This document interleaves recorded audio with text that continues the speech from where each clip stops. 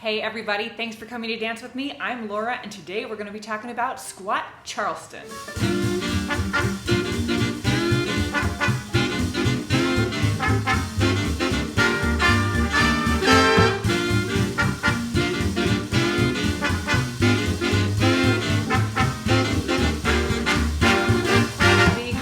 My patrons on Patreon for helping to make this possible. If you are interested, go over there, check it out, and you can help make videos like this free for everyone in the world. The link is in the description.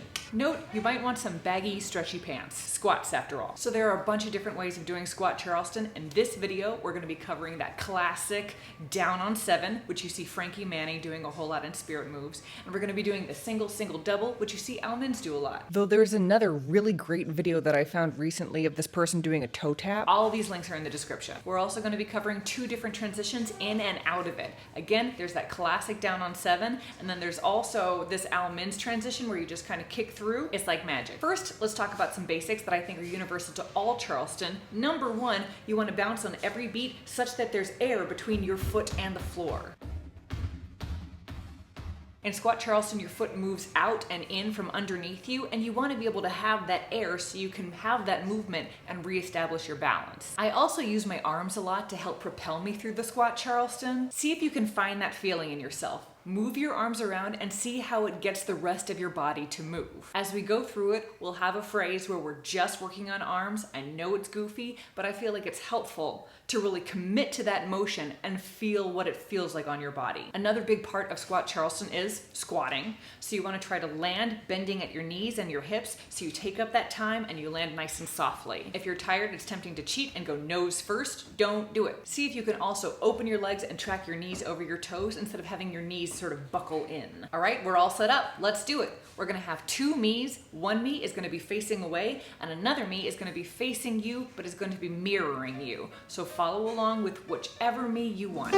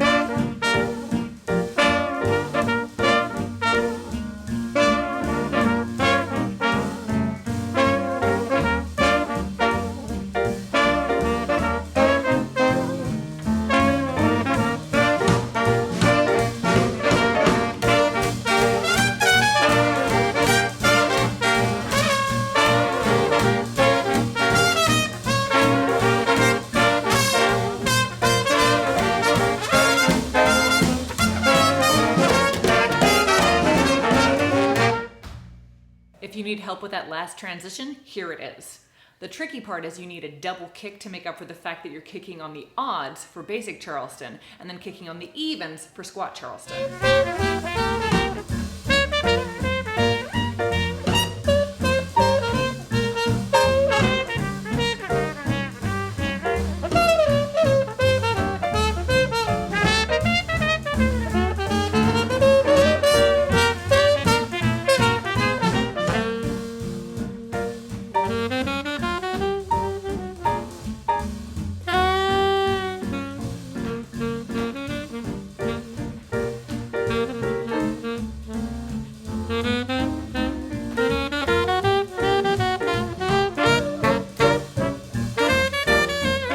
So that's the move and the transition. Let's see examples of Squat Charleston in a sentence.